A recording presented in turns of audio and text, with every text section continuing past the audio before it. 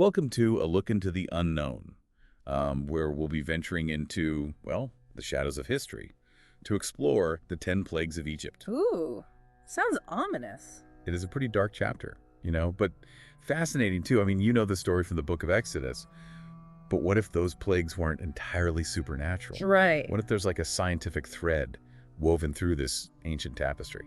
That's a question that's both intriguing and kind of unsettling, isn't it? Yeah. For centuries, we've just viewed these plagues as like these divine acts of God. Yeah. But recent research suggests a more nuanced picture. Like there's hints at a chain of natural events, Okay. possibly even triggered by a cataclysmic volcanic eruption. Whoa, a volcanic eruption. Yeah. Okay, now you've got my attention. Let's start at the beginning with the Nile turning to blood. I mean, that's a pretty dramatic visual, even if you're not facing, divine wrath. It is. You have to imagine like the sheer terror the Egyptians must have felt. Yeah. Their lifeline, the source of their sustenance and prosperity, literally turning against them. Now, the scientific theory suggests that a massive bloom of toxic red algae could have been the culprit. Okay. These algae would have just choked the river, releasing toxins that would have made the water deadly to drink. So not actual blood, but something that would have looked and smelled just as terrifying, Yeah. with equally devastating consequences. Exactly. And this poisoned water, it set the stage for the next plague, the frogs. Precisely. Imagine the ecosystem just thrown into complete chaos. The Nile, now a toxic soup, Oh, yeah. forces the frogs to flee onto the land, desperate to escape. Millions of them, swarming fields, homes, even the palace. A living, breathing nightmare. And then adding insult to injury, the frogs die, leaving a landscape littered with decaying carcasses. The perfect breeding ground, wouldn't you say, for the next plague? Yeah. The gnats, lice, or fleas, depending on the translation. A gruesome banquet for insects indeed. The decaying frogs would have attracted swarms of these tiny tormentors. And remember, in ancient Egypt, hygiene wasn't exactly a top priority. Right. These infestations would have been unbearable, spreading disease and misery. So it's starting to feel less like, individual punishments and more like a cascade of ecological disasters, each one feeding into the next. What about the fourth plague? The flies. Those weren't just your average house flies, were they? No, these were tabanids, vicious biting flies that thrive on decaying matter. Ugh. They would descended on Egypt in droves drawn by the rotting frogs, and their bites are excruciating, I bet. often leading to painful infections. Imagine the agony, the constant buzzing, the relentless assault. From a poisoned river to a plague of biting flies. It's a pretty horrifying domino effect. And then comes the fifth plague, the pestilence that struck down the livestock. Was this just bad luck, or is there a scientific explanation for this one too? Scientists believe that a highly contagious disease, perhaps rinderpest, also known as cattle plague, could have been responsible. Okay. This disease is known to just decimate livestock populations, spreading rapidly through contact and contaminated water. Which would have been everywhere at this point. Both of which would have been prevalent at this point. Right. So the very elements that sustained life in Egypt, the water and the livestock, were turned against them. And then the plagues take a turn towards the deeply personal with the sixth plague, boils covering the bodies of the Egyptians. And this plague, more than any other, has some chilling scientific evidence to support it. Really? Researchers have found signs of smallpox on Egyptian mummies from that era. Smallpox causes those painful, pus-filled blisters, and given the unsanitary conditions caused by the previous plagues, an outbreak would have been catastrophic. Imagine the Egyptians, already reeling from the loss of their water, their livestock, and now their very health. Yeah. It must have felt like their world was just crumbling around them. But then things get even more apocalyptic with the seventh plague. Hail and fire raining from the sky. That feels like something straight out of a disaster movie. It does, doesn't it? And this is where that volcanic eruption we mentioned comes into play. Okay. The eruption of Thera, or Santorini as it's known today, was one of the most powerful volcanic events in human history. It spewed massive amounts of ash into the atmosphere, which could have mixed with storm clouds, creating hailstorms of unimaginable intensity, possibly even with burning debris mixed in. So you're saying the sky literally rained fire. I mean, that would have been terrifying even if you understood the science behind it. But what about the detail in the biblical account that the flax and barley were destroyed, but the wheat and spelt were spared? Doesn't that sound a bit too specific for a random volcanic event? That's where it gets really interesting. You see, the timing of the Thera eruption coincides with the time of year when flax and barley would have been vulnerable. But wheat and spelt were not yet mature. It's a tiny detail. Yeah. but it aligns perfectly with scientific evidence. So far, we've seen how a potential chain reaction of natural events, possibly triggered by this volcanic eruption, Yeah. could explain the first 7 plagues. And the 8th plague, a massive swarm of locusts devouring every green thing in Egypt, follows that same unsettling pattern. Locust swarms are a natural phenomenon, but they're often triggered by specific environmental conditions. Like the heavy rains and humidity that might have followed the volcanic eruption and the hailstorms. Exactly. Those conditions would have created ideal breeding grounds for locusts, leading to a population explosion and the devastating swarm described in the biblical account. It's as if the land itself was turning against the Egyptians. Plague number 9, darkness covering the land for 3 days. Feels a bit more mysterious, though. Is there a scientific explanation that fits with this one? This is where things get a bit murkier. Some theories suggest a particularly dense dust storm caused by the volcanic ash, or perhaps a solar eclipse, but we're still in the realm of speculation here. It's as if even science struggles to penetrate this veil of darkness. So even with all the scientific explanations, some aspects of the story remain shrouded in mystery. Makes you wonder if there's something more at play, something beyond our current understanding. It certainly does. And then, of course, we have the 10th and final plague, the one that finally broke Pharaoh's resistance, the death of the firstborn.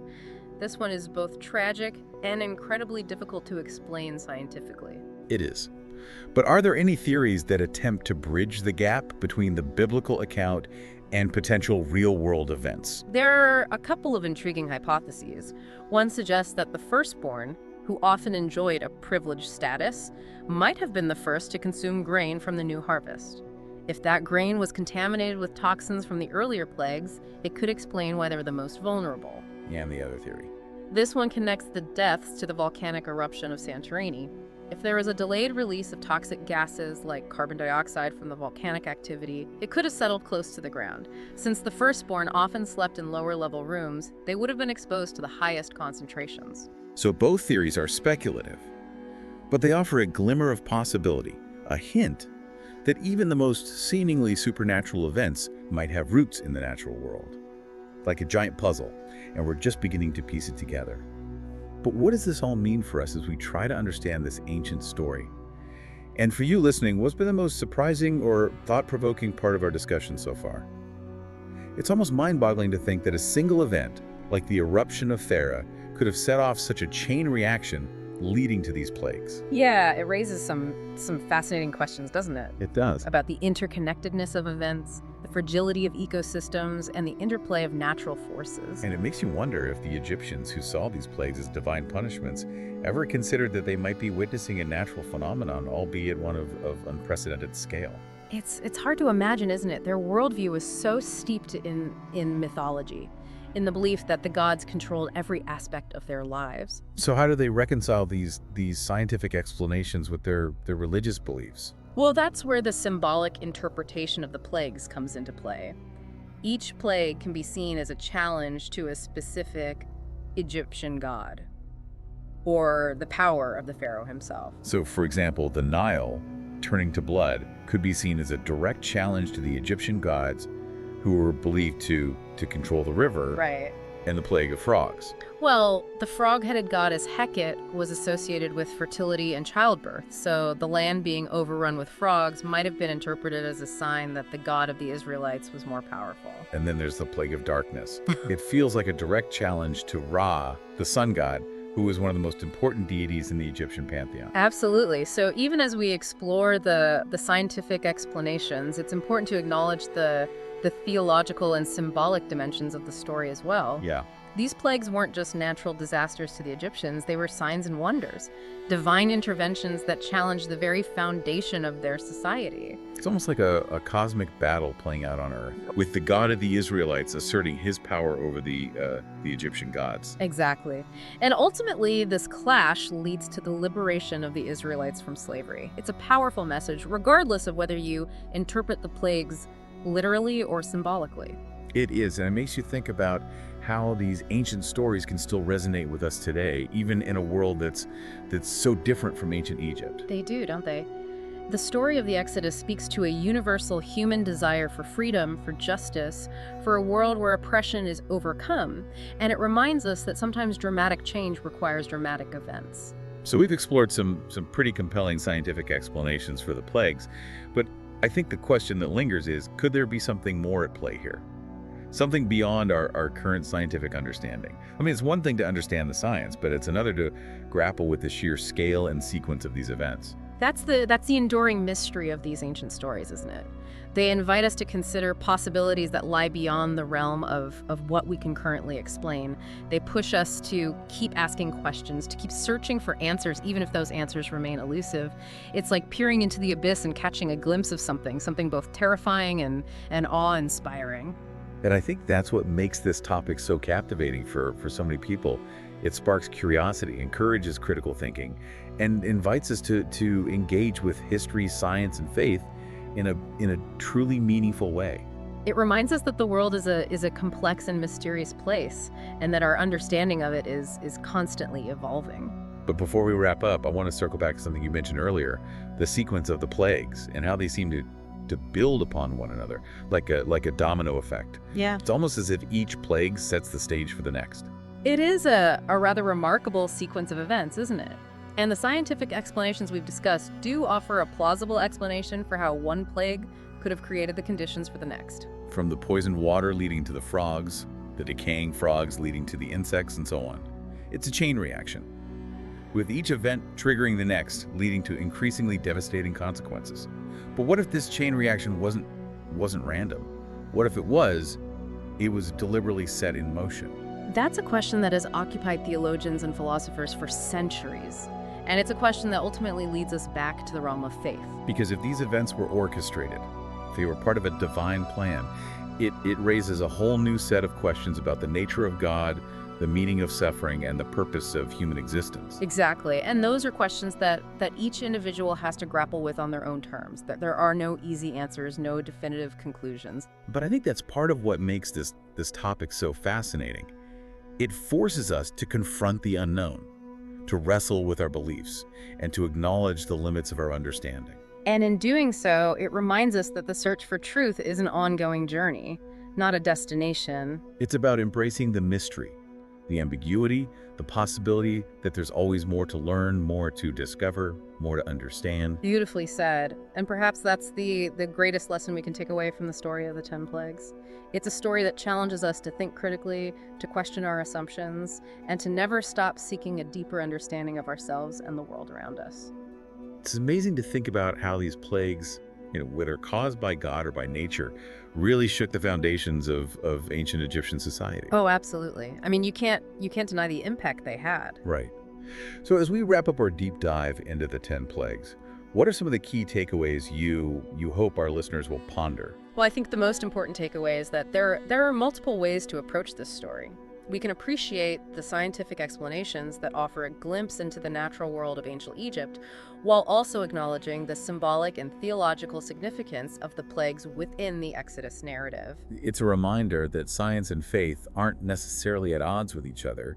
They can coexist, offering complementary perspectives on the mysteries of our world. Exactly. And I hope our listeners will be inspired to continue exploring this topic on their own. There's so much more to learn about the history, the science, and the enduring legacy of the 10 plagues. Perhaps the most compelling aspect of this deep dive has been the interconnectedness of the plagues. It's like a puzzle where each piece fits together to reveal a larger picture. It is, and that interconnectedness raises fascinating questions about cause and effect, about the delicate balance of nature, and about the possibility of something more at play, something beyond our current understanding. We've journeyed from the depths of the Nile to the heights of volcanic eruptions, exploring potential links between natural phenomena and divine intervention. And along the way, we've encountered evidence of ecological disasters, infectious diseases, and the enduring power of ancient stories. The 10 plagues remain a source of fascination and debate, challenging us to expand our perspectives and embrace the unknown. What do you think? Were the plagues purely natural events, divine acts, or a combination of both? This deep dive has offered just a glimpse into this complex and multifaceted story. We encourage you to continue exploring, questioning, and seeking your own understanding of this ancient mystery. If you like the video, share it, leave us a like, and subscribe to our channel. A look into the unknown.